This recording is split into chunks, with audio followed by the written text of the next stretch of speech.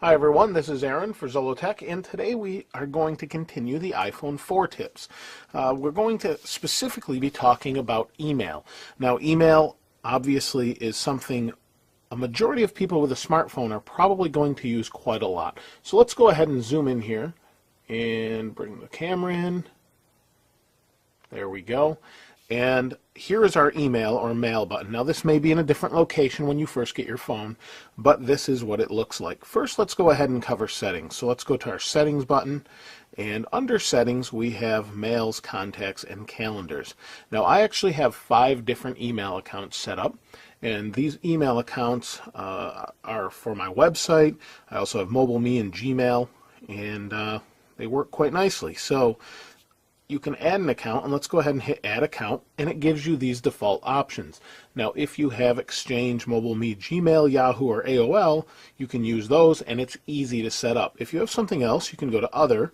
You can add an email account, but you do need to have some information. You're going to need to know probably your mail servers, your both incoming and outgoing mail servers, but if you have that email, you can get that, or it's usually readily available by whoever you have email with. So let's go ahead and get out of there. Now within email we have push data or fetch new data, and for those of you that don't know or haven't seen my other video on iPhone 4 tips, push data actually pushes new email directly to your phone right as you receive it, as opposed to looking for email every, say, 15-20 minutes or 15-30 minutes, or in different increments. It actually says, oh, it's kind of got a maintained connection that uses more battery that will push the data right to your phone once you've got it. So you can actually toggle that and toggle the actual times that you retrieve data, or manually retrieve it every time you go into your email. The next thing, we've got all of these different options. We can ask before deleting. You can blind carbon copy or BCC myself, and what you'll see is when you first send an email, it will have a signature that says sent from my iPhone. You can actually change this if you don't want it to say it, or you could delete it, or whatever you want. You also have default email account. You can organize by thread, and what that means is in Gmail you can organize your email by thread, in that the same email address, you're having a conversation with someone, they kind of group together, and you can either do that or not do that. I tend to like that. Some people don't, and that's fine. Just shut that option off. It's all under settings. Ask before deleting. No, I don't need that. Okay, so we have preview and a bunch of different options. Let's go ahead into the email itself and show you how I manage email. So here's mail. These are a bunch of different email. A lot of it's YouTube comments and posts to the site, or subscribers, or comments on YouTube. A lot of it's that information.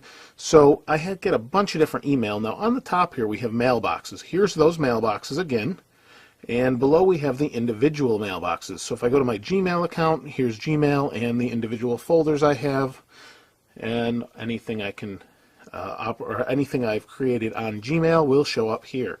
Same for my Zollotech email. We've got deleted messages and so on. That's how you would get to them individually. If you accidentally deleted an email, you could get to it this way. So let's go back to all inboxes. Now this groups them. If you don't want to see all of those, you can obviously go to Gmail. And the reason you may want to do that is when you search, you don't want to search all of your email.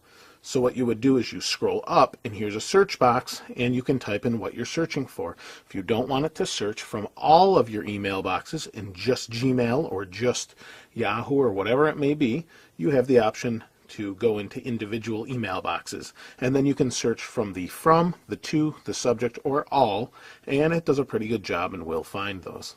Let's go back.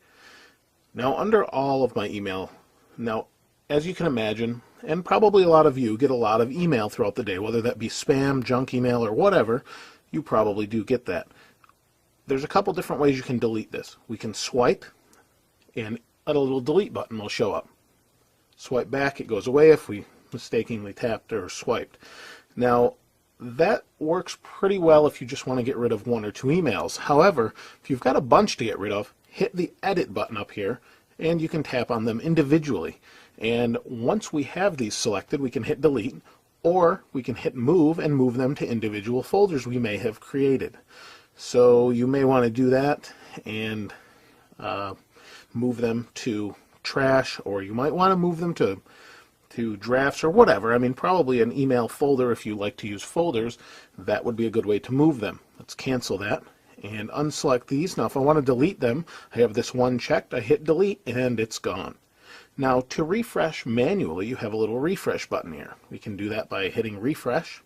And there's only one more option to cover an email, and that is create a message. Right here we have the create button, and here's sent from my iPhone. Here is to from. So if I don't want to send it from that email address, we can tap and select who we want to send it from. So we can send it from Gmail, Zollotech is which I normally do. So we'll select that and just tap off the screen, and now we have my email address in there. So it's a pretty easy, convenient way to do this. We can tap subject, we can tap in the body, and once we tap what we want, type whatever we want in there. We can say hello, and once we put our address, we can hit send.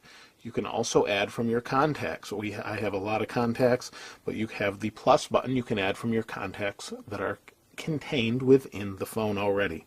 So that's pretty much email. There's not really a whole lot more to go into. It's pretty simple and straightforward, but there are a lot of options to be aware of, and the thing that helped me the most is this edit button and being able to manage a large amount of email quickly.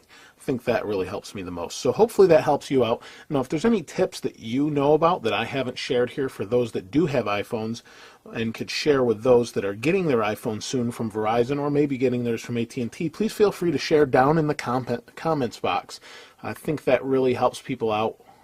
Those that are not as experienced and don't have an iPhone yet or aren't familiar with an iPod Touch or iPad, this should hopefully be a big help to them.